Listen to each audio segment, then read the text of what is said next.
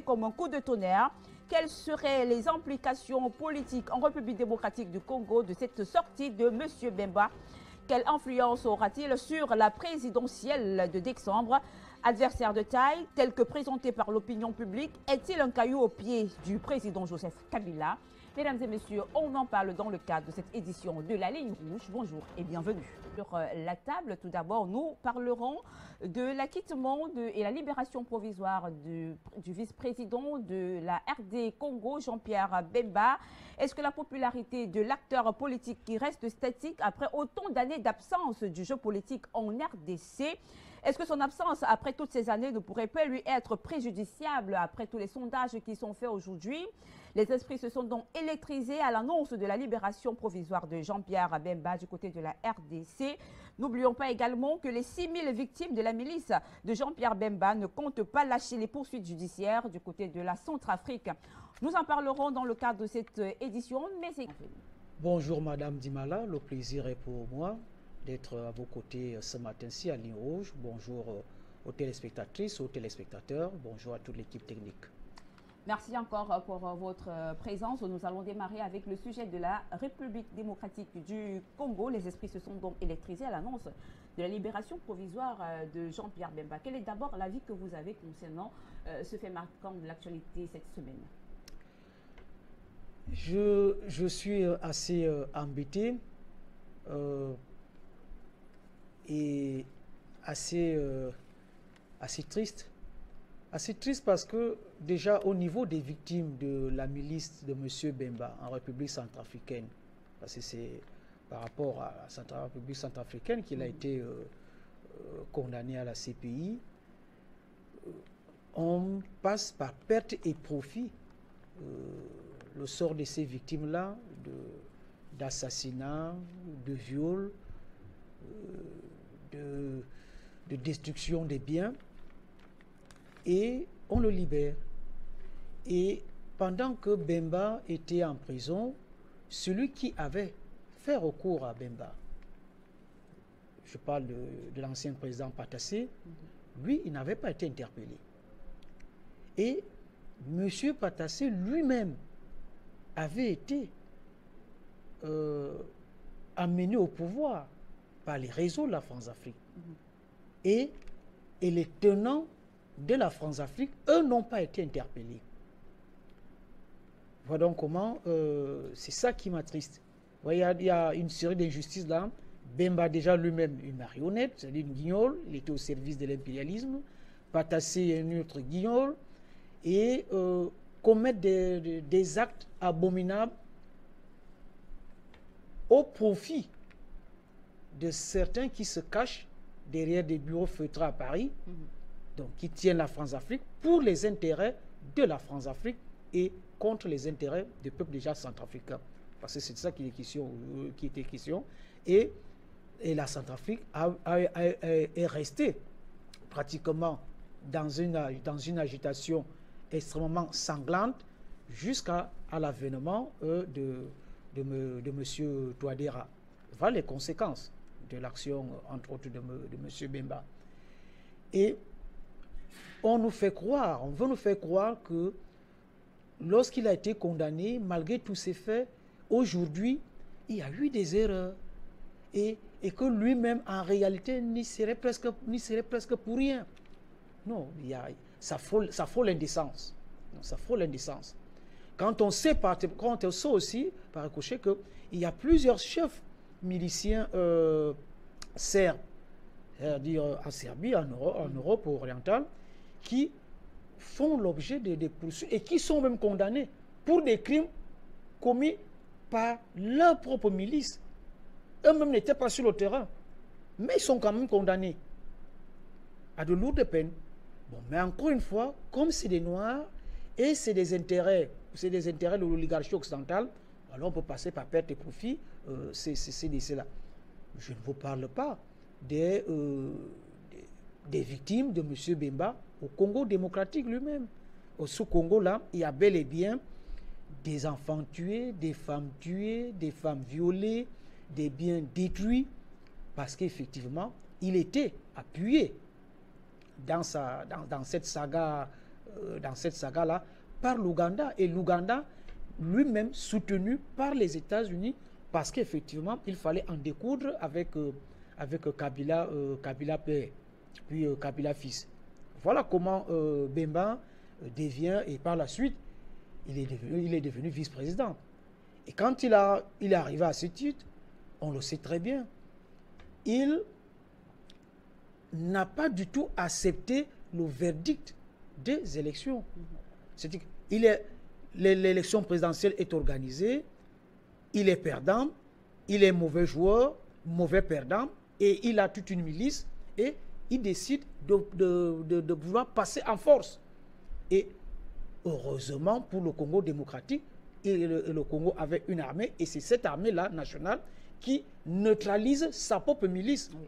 Il n'a dû sa survie qu'en se réfugiant dans une chancellerie occidentale qu'il a exfiltrée pour le Portugal. Et c'est là où les renseignements généraux français vont mettre la main sur lui et l'amener à la CPI pour maintenant nous sortir ce verdict-ci que bon, qu'il est acquitté. Et en plus de cet acquittement, on nous a dit il y a quand même quelques mois que bon, il y avait une autre peine qui lui était tombée dessus, parce que pour subordination de témoins, c'est-à-dire parce qu'il a corrompu un certain nombre de témoins pour que ces témoins-là soient à décharge pour lui. Bon, ça, c'est un délit là-bas. Mais subitement, on dit aux Africains que ce délit-là n'a même jamais existé. Et on dit c'est une libération provisoire. Bon, on veut nous prendre pour des demeurés que nous ne sommes pas. Mais on a très bien compris que cette libération de Bemba obéit à un agenda impérialiste, comme nous en parlerons tout au long de cette émission. Avant de prendre Maître Sandjou au téléphone, puisque vous évoquez justement cet agenda impérialiste, il y a une grande opinion politique qui pense aujourd'hui que ce procès de Jean-Pierre Bemba est un procès très politique. Et aujourd'hui, que le président Joseph Kabila n'est plus les choux gras des Occidentaux. Aujourd'hui, on décide de libérer Bemba pour lui faire face. Oui, c'est une libération politique. Ça, il n'y a rien, il n'y a même pas à réfléchir de midi à 14 heures. Dans la mesure où les différents jokers occidentaux, on peut les citer, c'est-à-dire Tshisekedi père est décédé il y a quelques mois.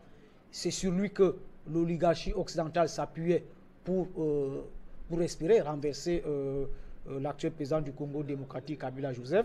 Bon, il est décédé, ils ont perdu ce joker. Maintenant, Tshisekedi fils, apparemment, il ne tient pas, n'a pas autant d'aura que son défunt père. Ils ont compté sur Katumbi.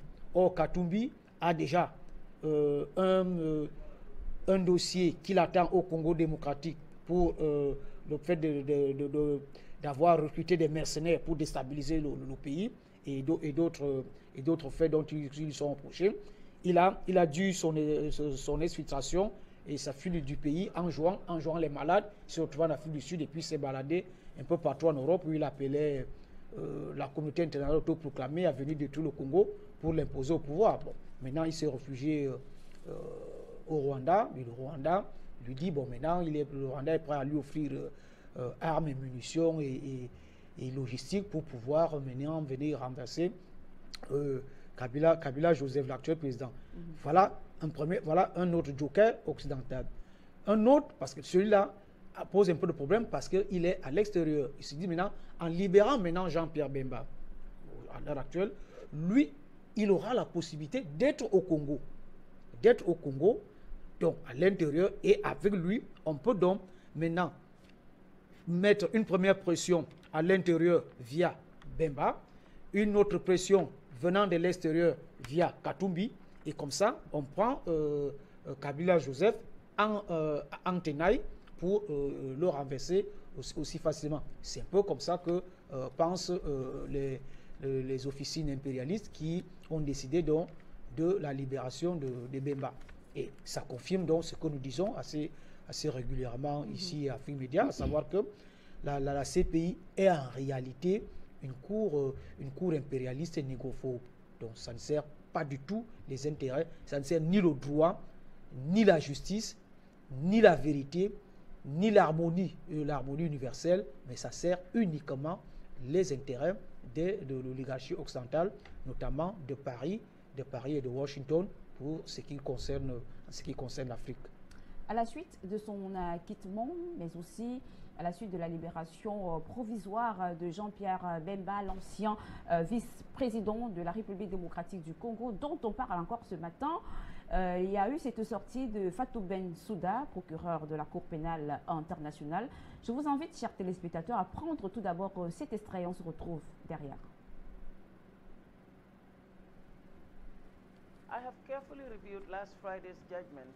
J'ai soigneusement examiné l'arrêt rendu vendredi dernier par la majorité des juges de la Chambre d'appel de la Cour pénale internationale, par lequel M. Jean-Pierre Bemba Gombo est acquitté des accusations de crimes de guerre et de crimes contre l'humanité.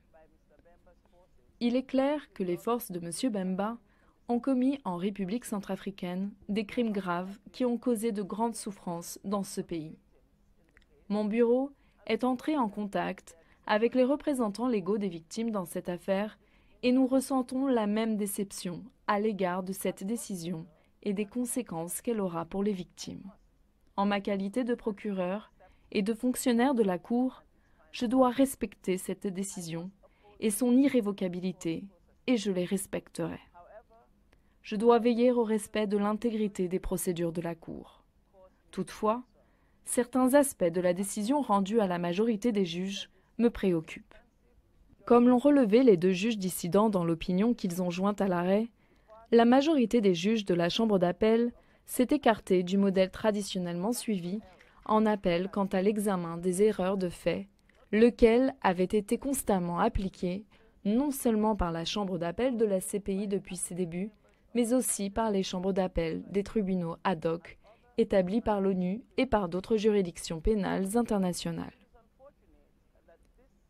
Il est fort malheureux que cet écart important et inexplicable de la jurisprudence de la Cour, comme les juges dissidents l'ont décrit, et que l'emploi à la place de nouveaux critères incertains et non vérifiés apparaissent dans la plus grave affaire de violence sexuelle et à caractère sexiste sur laquelle la Cour ait dû se prononcer à ce jour. D'autant plus, à un moment où il est vital de signaler clairement au monde entier que de telles atrocités ne doivent pas rester impunies. En outre, la majorité des juges semble s'être écartée de la jurisprudence précédemment établie par la Chambre d'appel, ainsi que de la pratique internationale s'agissant de la manière dont l'accusation devrait présenter des charges dans des affaires se rapportant à une criminalité à grande échelle.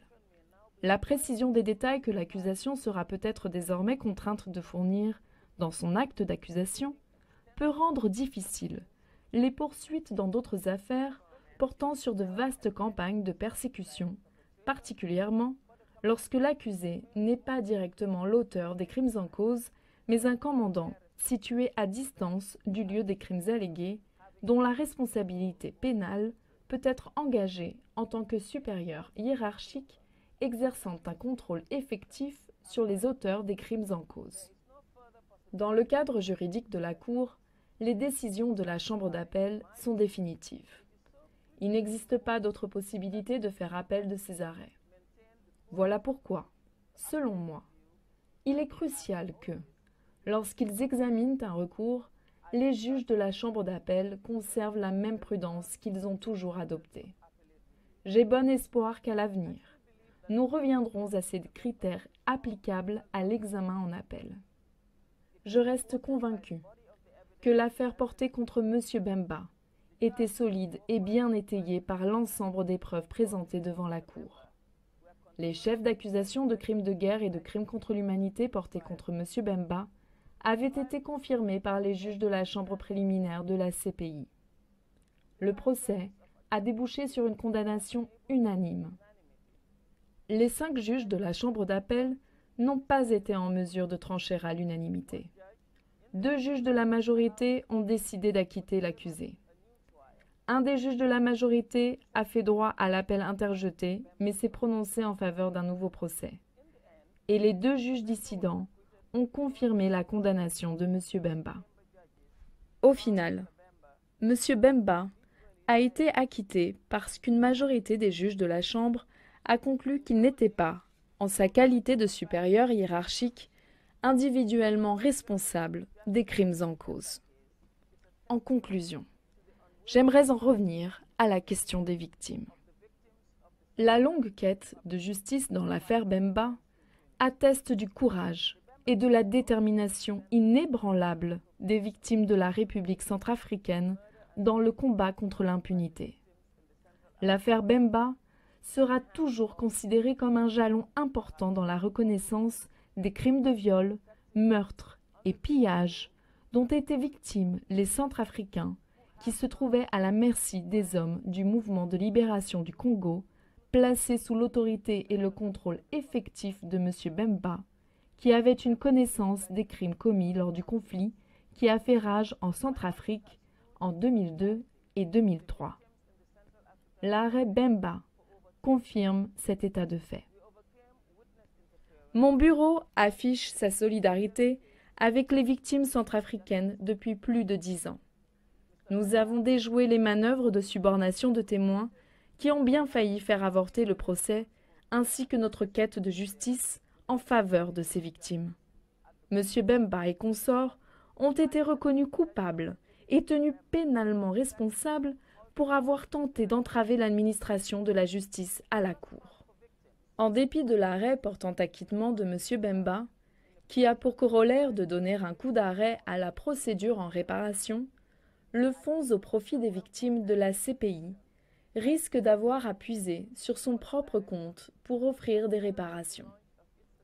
Je prends acte et me félicite de la décision prise aujourd'hui par le comité directeur du fonds en vue d'accélérer le lancement de son programme de mission d'assistance en Centrafrique qui tiendra compte des souffrances endurées par les victimes dans l'affaire Bemba et des préjudices résultant des autres violences sexuelles et à caractère sexiste perpétrées dans cette situation.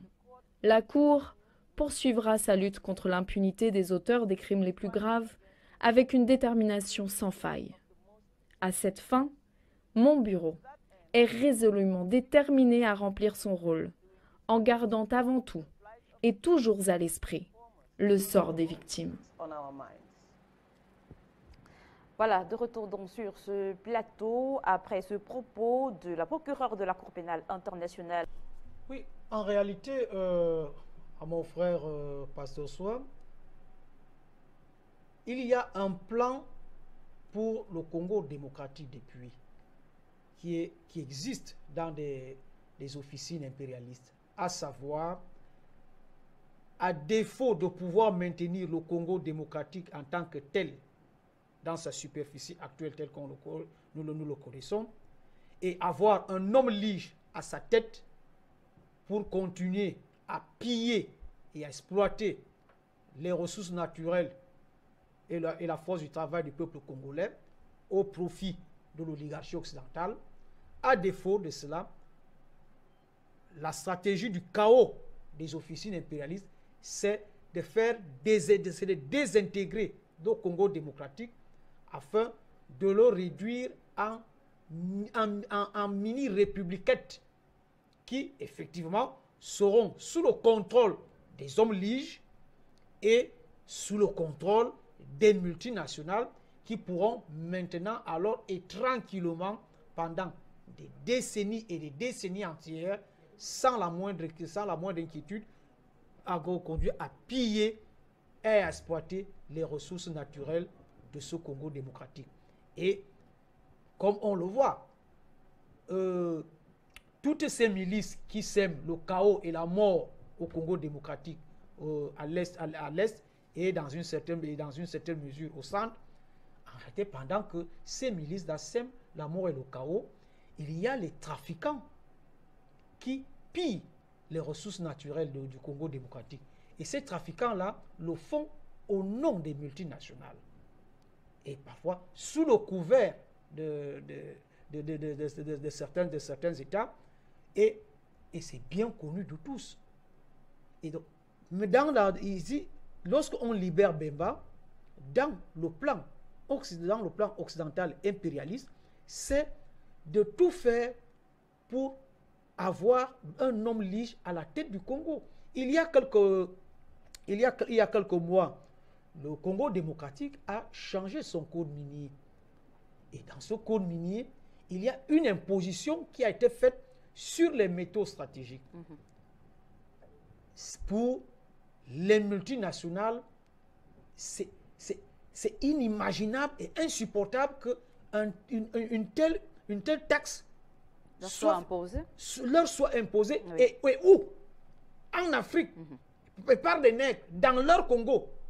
Parce que pour les impérialistes, l'Afrique et le Congo démocratique ne nous appartiennent pas. Bon, on est là, bon, peut-être comme des singes et des singes occupent une forêt, mais ça ne nous appartient pas. Et ce qui leur appartient, ce sont les richesses africaines. Et donc, lorsque maintenant Kabila a dit, mais désormais, chacun d'entre vous aura au moins 10% de l'exploitation dans la liste des métaux stratégiques qui ont été énumérés là-bas, les officiers impérialistes n'ont pas avalé du tout. N'ont pas avalé cela.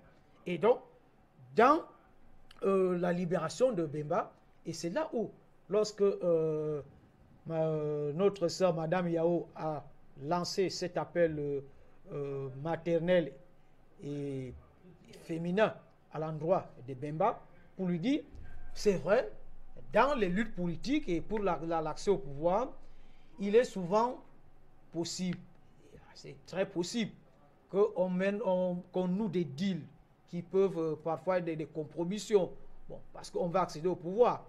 Mais lorsque on accède donc au pouvoir et on se rend compte que ces deals-là hypothèquent lourdement l'indépendance de son pays, hypothèquent lourdement le bien-être de sa population, alors on dit non, on ne cède pas. Comme par exemple, elle a cité le cas de Laurent Gbagbo, et un autre cas que je cite et qui est toujours dans la même ligne, pour confirmer effectivement ce qu'elle dit, c'était le cas par exemple de Laurent Désiré Kabila, avait signé un certain nombre de deals avec un certain nombre de multinationales, et est arrivé, elle a pris le pouvoir, elle a dit, alors là, depuis des années et des années, je lutte pour la libération du Congo. Et alors là, ce deal-ci, on revoit tous nos accords. Et on dit que c'est pas ça, c'est pas comme ça qu'on avait dit au début. On dit que nous te soutenons, et dès que tu prends le pouvoir, allez, hop, tu appliques ça. J'ai dit oui, c'est ce que j'avais dit. Mais là, je crois que je n'avais pas très bien lu tous nos deals. On revoit entièrement. Il a revu entièrement, et il a accepté qu'il tombe sous les balles des impérialistes, mais que le Congo reste libre, oui, et que les richesses du Congo restent et appartiennent au peuple congolais. Il y a beaucoup dans l'opinion publique qui ont fait le rapprochement rapide entre l'affaire de l'ancien président ivoirien, mais aussi avec Blé Goudé dans le cadre de cet acquittement de Jean-Pierre Bemba et cette libération provisoire.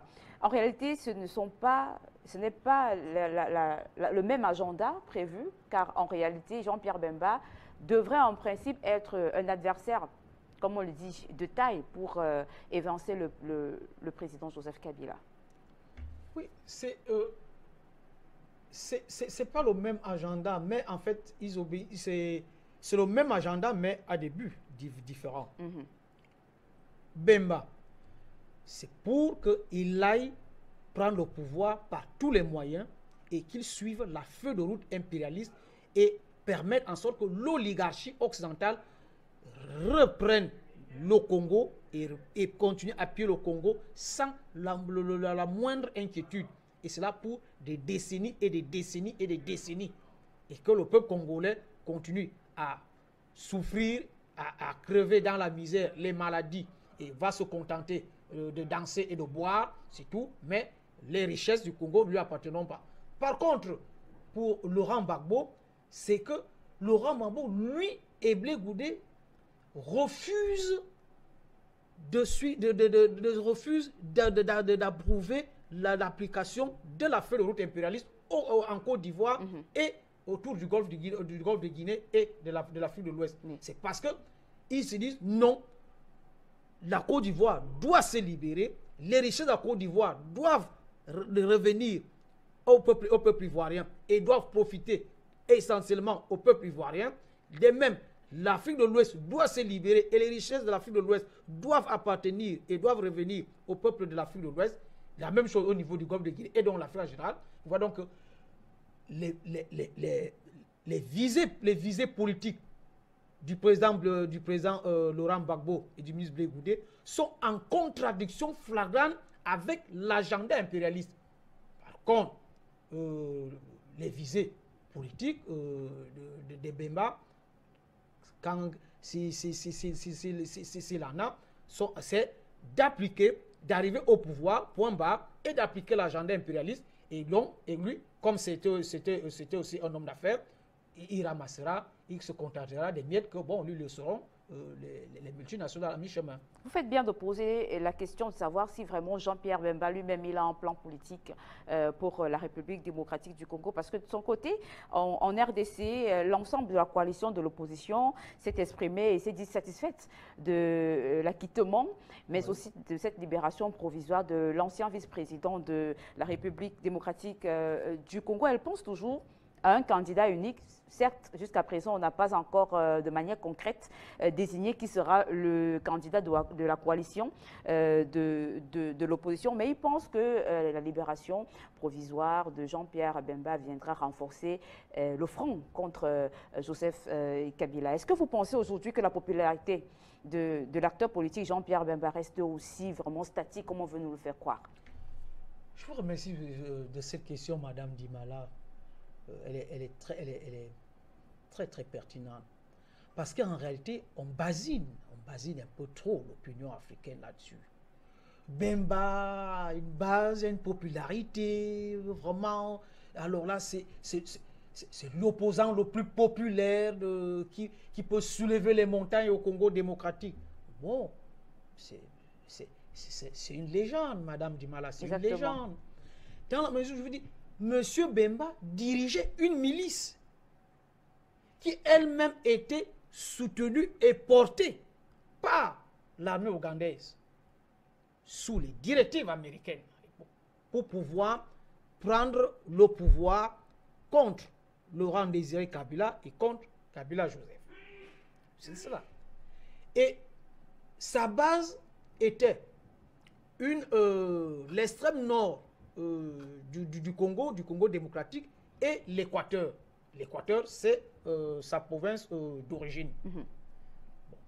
Et dans une certaine mesure, bon, comme Kinshasa, c'est une grande métropole, bon, il y avait notamment quelques bidonvilles où il trouve des sympathisants. Mais ce n'est pas tout le Congo, pas tout le Congo démocratique. C'est pas tout le Congo démocratique. Ça, je vous dis. Et en plus, sur ces bases-là, c'était par la terreur.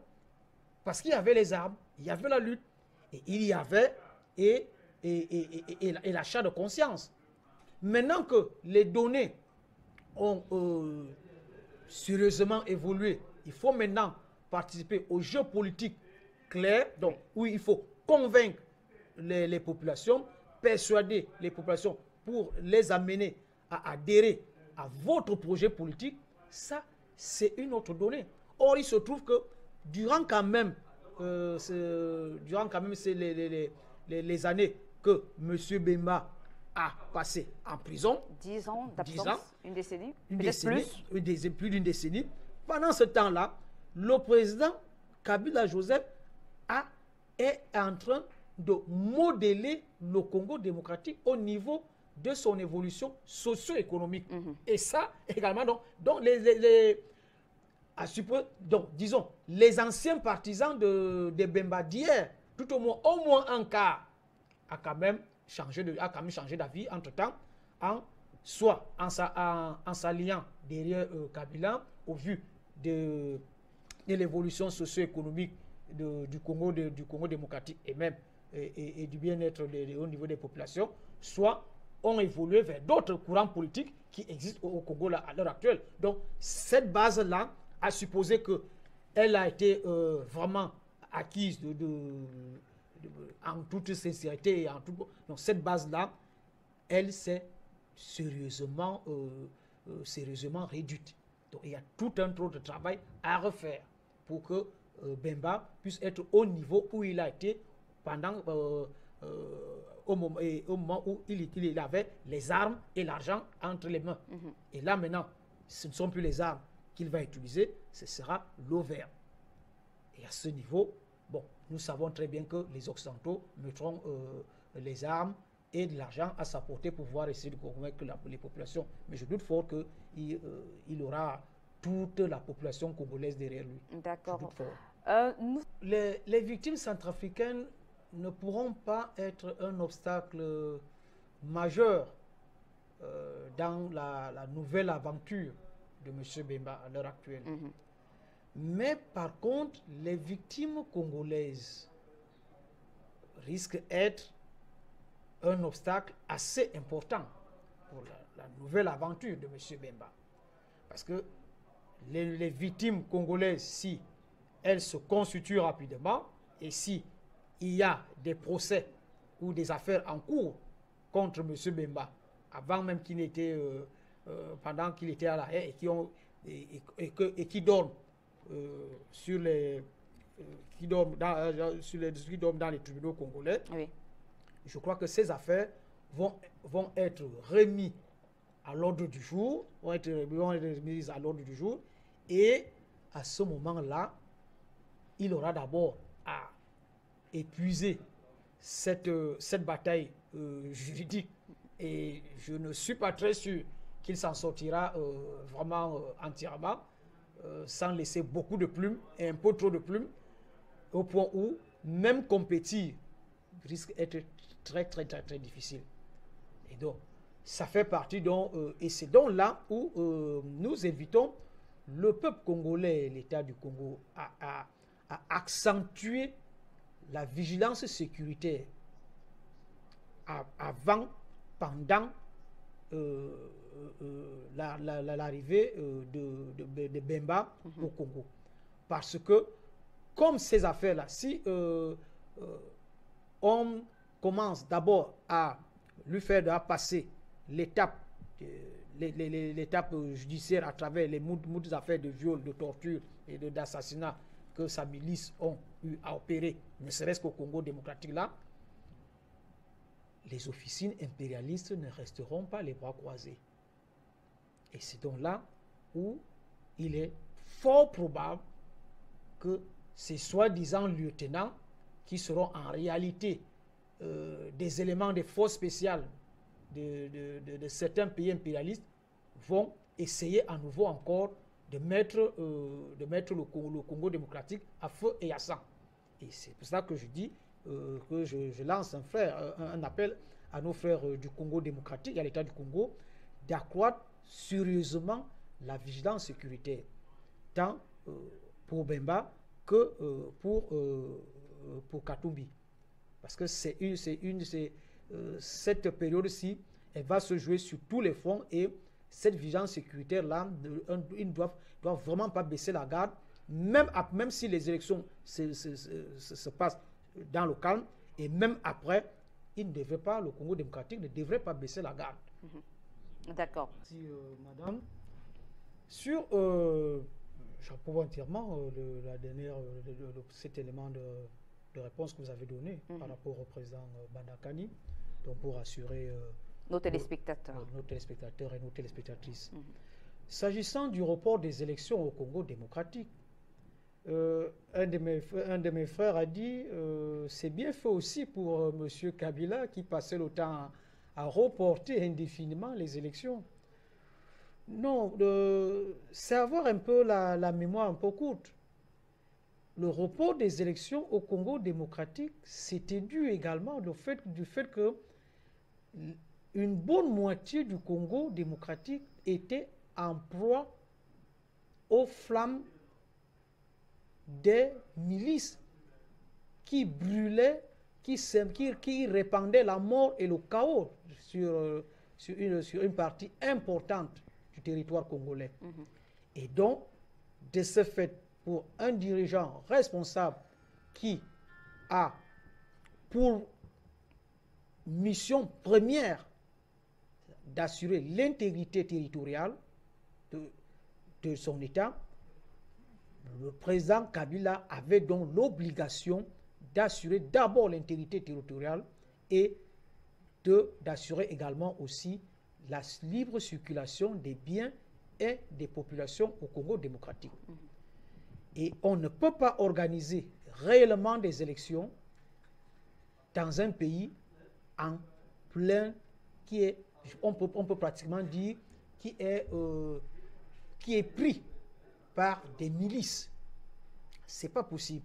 Sauf si on veut vraiment badigeonner et on veut se tromper soi-même et on veut peut-être tromper d'autres en disant bon, on organise des élections, etc. etc. So, voilà donc les circonstances. Or, il se trouve que la MONUSCO, auquel l'actuel président du Congo démocratique avait fait appel pour l'aider à venir stabiliser le Congo démocratique et donc à réduire, à neutraliser toutes ces milices-là, la MONUSCO n'a plus fait son travail. Au contraire, la MONUSCO était de l'autre côté de la barrière. Et il a donc fallu, et lorsque l'État congolais a compris cela, l'État congolais a été obligé lui-même alors de prendre à bras le corps ce problème de la sécurité. Et c'est pour cela que ces derniers temps, donc, l'État congolais a donc donné une date définitive et dit, bon, les élections se passeront à la fin de cette année parce qu'effectivement, l'État congolais a réussi à restaurer l'autorité de l'État sur presque toute l'étendue du territoire. C'est une première chose. Une deuxième chose également, pour dire il n'a pas été pris au piège comme on semble vouloir le faire croire.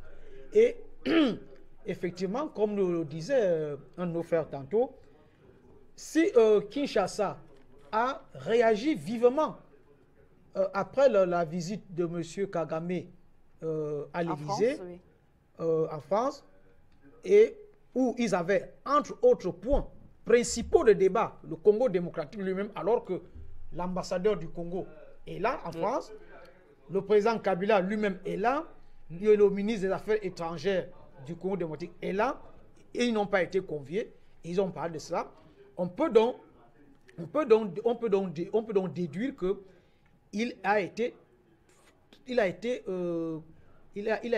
convenu entre ces deux dirigeants que de la libération de Jean-Pierre Bemba, entre autres, pour pouvoir neutraliser Kabila